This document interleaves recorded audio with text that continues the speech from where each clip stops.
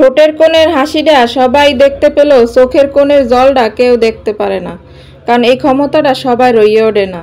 আর মুখে মুখে আপনজন তো অনেকেই বলে, কিন্তু কে আপন কে পর শুধু সময়ই বলে দেয়।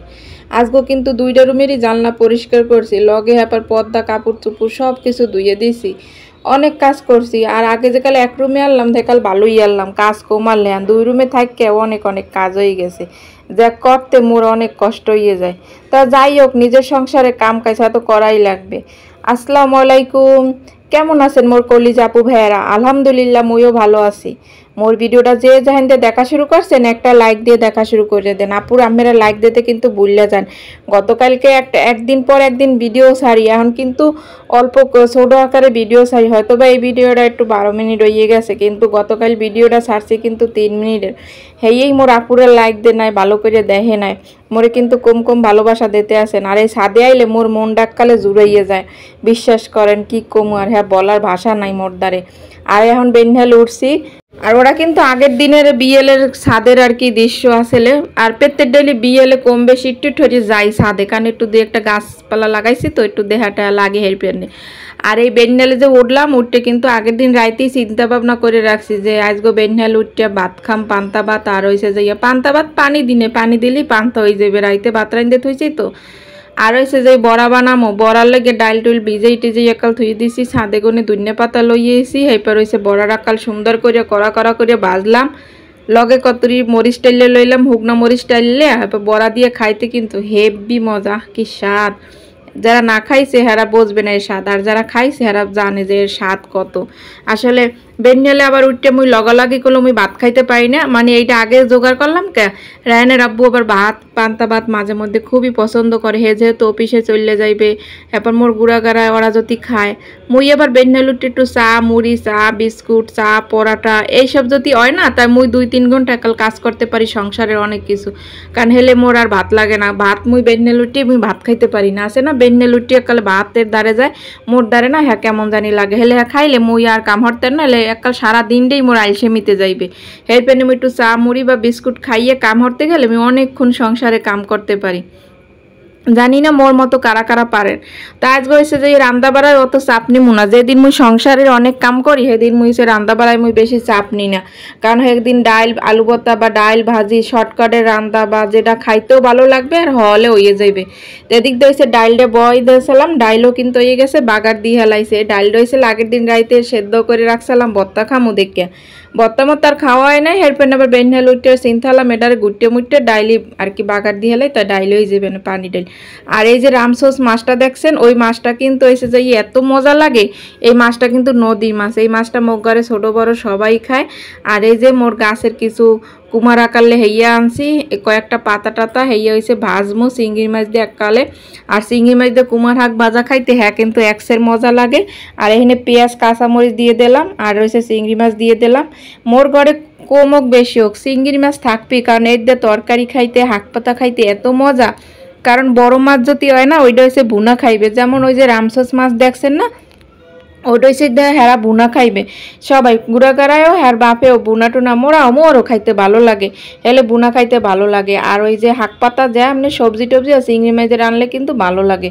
তা যাই হোক, রান্না কিন্তু বয় দিয়েছি। এখন হয়েছে যে মোর 2টা রুমের জানালা আছে, এইবার এই পরিষ্কার করা লাগবে। এই বাসায় এই যে নতুন বাসায় আওয়ার পরে মোর এই জানলা পরিষ্কার করা হয় নাই, কারণ হয়েছে জানালা পরিষ্কার করতে গেলে একটু মোর জানি বেজাল হইবে, মুই অনেক একাল সুন্দর করে পরিষ্কার করবো। আর এর আগে যারা রইয়ে গেছে হেরা পরিষ্কার করছে কিনা হ্যাঁ মুই জানি না, কিন্তু অনেক ধুলাবালি পাইছি। যেহেতু এই সাইডে বেশি একটা কিন্তু ধুলাবালি আয় না, ওই পাশে কিন্তু গাছপালা, হেপারও কিন্তু বাতাস এদিক দিয়ে আয়, ধুলাবালি আইবি। দেখছেন কি পরিমাণ ময়লা জমছে। ওই যে কইলাম এ বাসায় আওয়ার পর কিন্তু মুই পরিষ্কার করি নাই, আইয়েই দেখছি এরকম। কিন্তু এ সময় রোজা আসলে রোজার মাসে তো আর কাম কাজ করা যায় না, হেলে তো আর রোজার যাইবে না। হেরপেনে কিন্তু এসব কিছুই ধরছিলাম না। এরপর তো ঈদে বাড়ি গেলাম, এরপর আবার আইলাম, পোলাপান পড়ালেখা, আবার পরীক্ষা, আবার বাড়ি গেলাম ঈদে, আবার আইলাম। এই দৌড়াদৌড়ি করতে করতে ঘরের কাম কাজের দিকে আর সেরকম খেয়ালই দেওয়া হয় নাই। এখন চিন্তা করছি যেহেতু মুইগুলো একটা খাট বানা দিছি, আমি এগুলো আগে শেয়ার করবো না অন্য কোনো ভিডিওতে। খাটটা আনার আগে চিন্তা করলাম যে যেহেতু খাট আনলে একালে জানলা পরিষ্কার করতে কষ্ট হইবে, এখন যেহেতু খোলামেলা আছে জানলাটা সুন্দর করে আমি পরিষ্কার করি। আর এই জানালায় কিন্তু মোর পোলামাইয়া কিন্তু খোলে মাঝে মধ্যে, দেখা গেছে আটটার দিলে আবার অগো খারাপ লাগবে, আর ওরা এখানে বইয়া তেমনই করেন, অগো নিষেধ করছি জানলা কিন্তু অপরিষ্কার হাত দেবা না। আর এই ধান এই যে বালুগুলো অনেক অনেক বালু এর মধ্যে, এই যে ব্রাশটা আছে না, এই ব্রাশটা দিয়ে মোর জানালা পরিষ্কার করতে এত সুবিধা হয়। হ্যাঁ কি করবো, মুই এই ব্রাশটা কিনছি পরিষ্কার, যেমন র্যাক পরিষ্কার করি, কিচেন র্যাক আছে মোর দুইটা, এই দুইটা পরিষ্কার করি, হ্যাঁ পরে জানালা পরিষ্কার করি। এই ব্রাশটা দিয়ে পরিষ্কার করতে অনেক সুবিধা। আসলে কিছু কিছু জিনিস আছে অন্য অন্য কাজে ব্যবহার করা হইলো, যেমন এটা দিয়ে কিন্তু রং করা ব্রাশ, আর এটা দিয়ে কিন্তু অনেক কিছু পরিষ্কার করা যায়, সুবিধা হয় আর কি।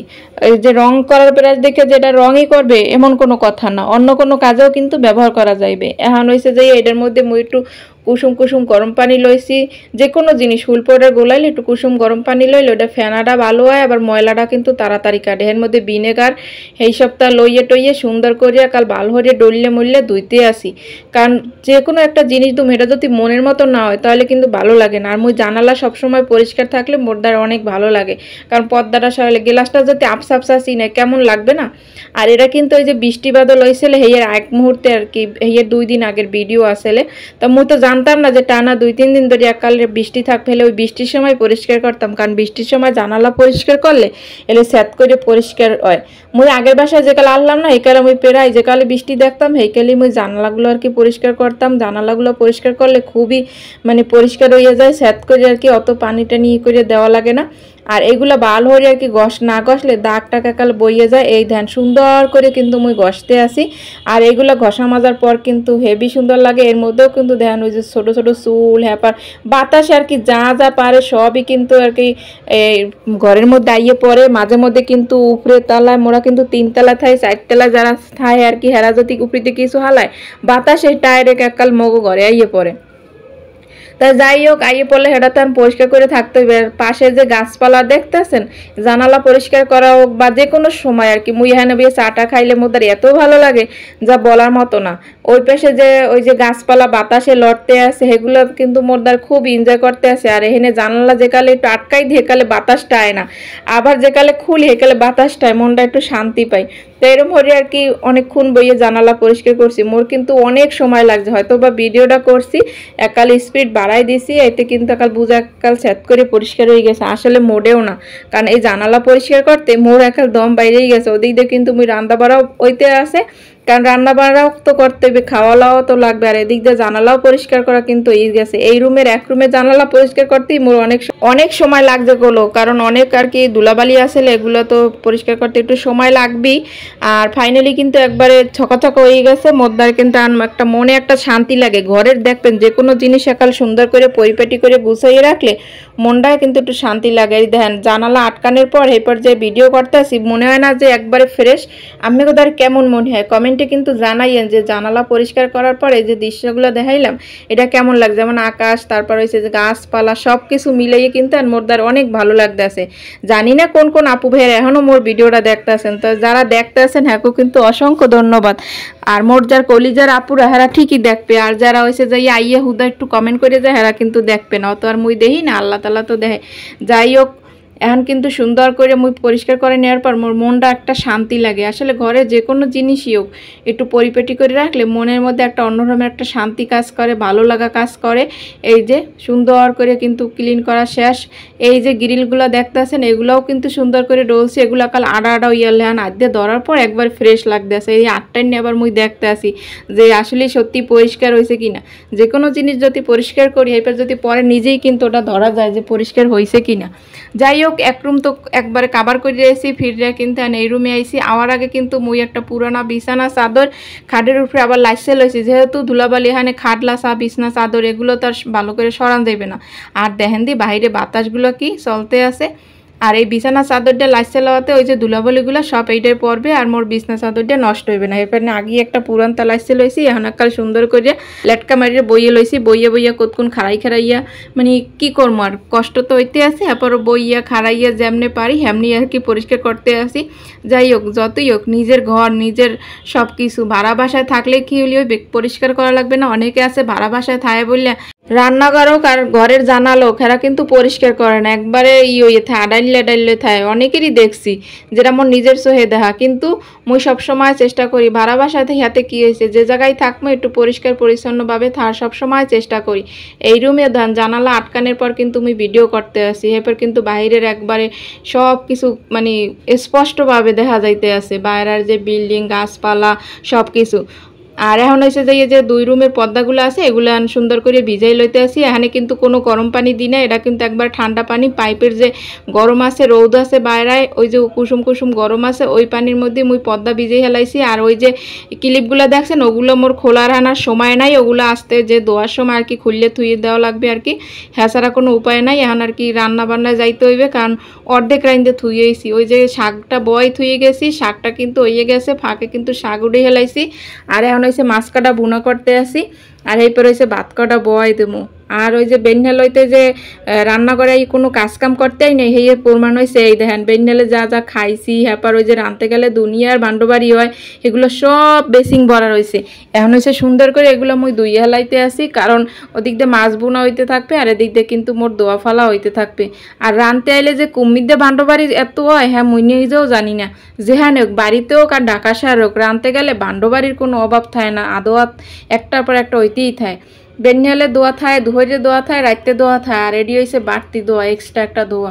তা সব কিছু ধোয়া পালা শেষ, রান্নাঘরে কাজও কমপ্লিট কিন্তু হয়ে গেছে। এখন দেখাইতেছি মুই কী কী রান্নলাম। আর পাশাপাশি মোর চুলা তো মশা লাগবেই, এটা তো মোর রেগুলার কাজ প্রত্যেক ডেলির। রাঁধতে বেড়ে যদি চুলা না মশি তা মোর মনটা শান্তি লাগে না। আবার দেখা গেছে মুই কোনো সময় যদি রান্নার আগে যদি দেখি যে মানে একটু জায়গাটা অপরিষ্কার, তাহলে মুই রান্নার আগেই পরিষ্কার করে লই। এটা মোর যারা মোর ভিডিও দেখায় পুরা কিন্তু জানে। আর এখন কিন্তু মনের মধ্যে একটা শান্তি হয়েছে যে সব কিছু হয়ে গেছে। এই দেন হে কুমার হাক চিংড়ি মাছ দিয়ে আলু দিয়ে সুন্দর করে এককালে ভাজা ভাজা করছি, খাইতে কিন্তু হেভি টেস্ট হয়েছে। আর এই যে রামসোস মাছ, এই মাছটা খাইতে এত মজা, মোর মাইয়ের পোলা সবাই পছন্দ করে, কারণ এই মাছটা খুবই মজার হয়। তাই আজকে ভিডিওটা যারা সম্পূর্ণ দেখছেন হ্যাঁ তো অসংখ্য ধন্যবাদ। সবাই ভালো থাকবেন, সুস্থ থাকবেন, আল্লাহ হাফেজ, আসসালামু আলাইকুম।